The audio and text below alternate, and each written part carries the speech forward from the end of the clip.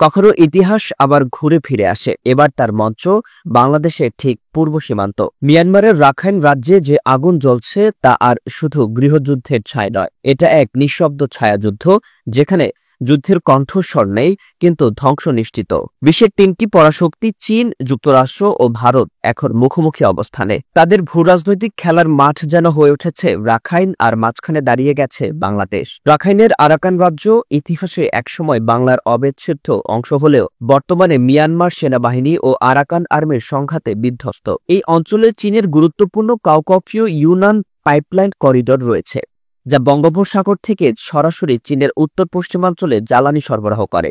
এই পাইপলাইনই এখন হয়ে উঠেছে একটি কৌশলগত টার্গেট। বর্তমানে আরাকান আর্মির দখলে থাকা অঞ্চলটি চীনের জন্য বড় উদ্বেগের কারণ। বিশ্লেষকরা বলছেন এই পরিস্থিতি কাকতালীয় নয়, বরং এর পেছনে রয়েছে যুক্তরাষ্ট্রের কৌশলগত পরিকল্পনা, যার লক্ষ্য চীনের জ্বালানি নিরাপত্তা দুর্বল করা। এমন অবস্থায় চীন বাংলাদেশে বিকল্প করিডোর গড়ার প্রস্তাব দিতে পারে। বিশেষ করে কক্সবাজার থেকে কুনমিং পর্যন্ত একটি নতুন করিডোর তৈরির আলোচনা ইতিমধ্যেই গুঞ্জন তুলেছে।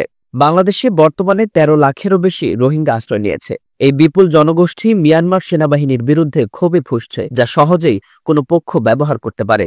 সম্প্রতি নারায়ণগঞ্জ থেকে আরসা প্রধানের গ্রেফতার, যুক্তরাষ্ট্রের উপমন্ত্রীদের ঢাকা সফর ও স্ট্র্যাটেজিক অ্যাডভাইজারদের উপস্থিতি সবই একটি বড় ছকের অংশ বলে ধারণা করা হচ্ছে। ভারতের বহুল প্রতীক্ষিত কালাদান মাল্টিমোডাল প্রকল্প, যেটি কলকাতা থেকে মিজোরাম পর্যন্ত বিকল্প যোগাযোগের রোড, এখন আরাকান আর্মির দখলে থাকা এলাকায় আটকে গেছে। যদি যুক্তরাষ্ট্র আরাকান আর্মিকে সমর্থন করে আর ভারত মিয়ানমার সেনাবাহিনীকে, তাহলে দিল্লি ওয়াশিংটন সম্পর্কেও ফাটল ধরতে পারে। বিশেষজ্ঞরা বলছেন বাংলাদেশের জন্য এই মুহূর্তে তিনটি বড় চ্যালেঞ্জ সামনে। প্রথমত, সীমান্ত নিরাপত্তা ও সামরিক প্রস্তুতি। বান্দরবান ও টেকনাফ সীমান্তে অস্ত্র পাচার ও জঙ্গি অনুপ্রবেশ রুখতে গোয়েন্দা তৎপরতা বাড়াতে হবে। দ্বিতীয়ত, কূটনৈতিক ভারসাম্য।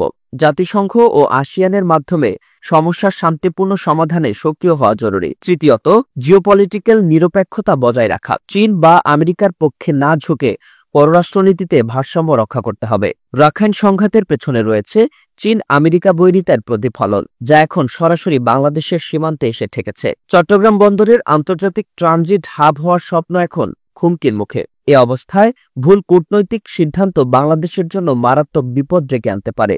বাংলাদেশের সামনে সময় এসেছে সতর্কতা, কৌশল এবং বিচক্ষণতার সঙ্গে পদক্ষেপ নেওয়ার। কারণ ইতিহাস বলে, যখন হাতিরা লড়াই করে তখন ঘাস পিষ্ট হয়।